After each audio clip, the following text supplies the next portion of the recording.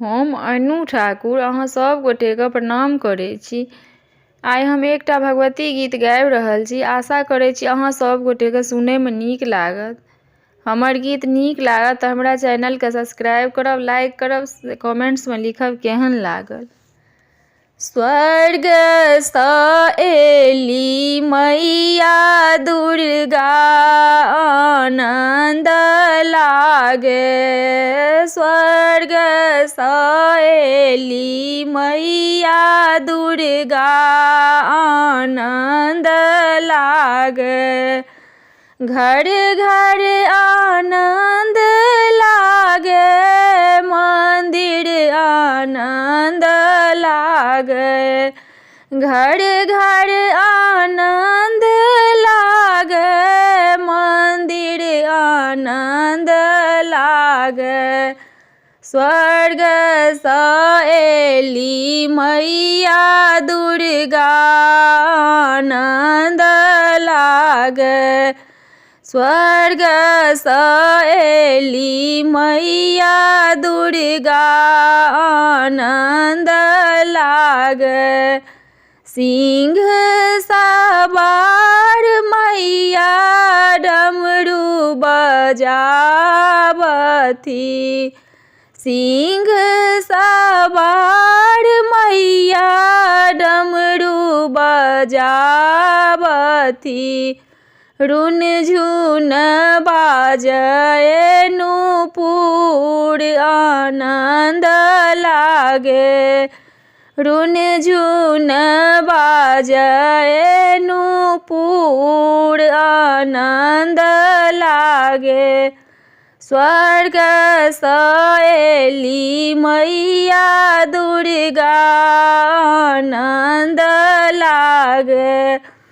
कोन फूल ओढ़न माँ के, कोन फूल पहिरन। कोन फूल ओढ़न माँ के, कोन फूल पहिरन।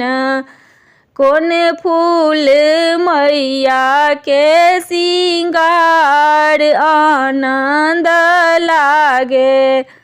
कोन फूल मैया के सिंगार आनन्द लागे। स्वर्गसँ एली मैया दुर्गा आनन्द लागे। बेली फूल ओढ़न माँ के, चंपा फूल पहिरन। बेली फूल ओढ़न माँ के, चंपा फूल पहिरन। अड़हुल फूल सोलहो सिंगार आनन्द लागे। अड़हुल फूल सोलहो सिंगार आनन्द लागे। स्वर्गसँ एली मैया दुर्गा आनन्द लागे। पहिरी ओढ़िए माता मंदिर घर बैसी गेली। पहिरी ओढ़िए माता मंदिर घर बैस गेली। सेवक सब करथिन पुकार आनन्द लागे। सेवक सब करथिन गोहार आनन्द लागे।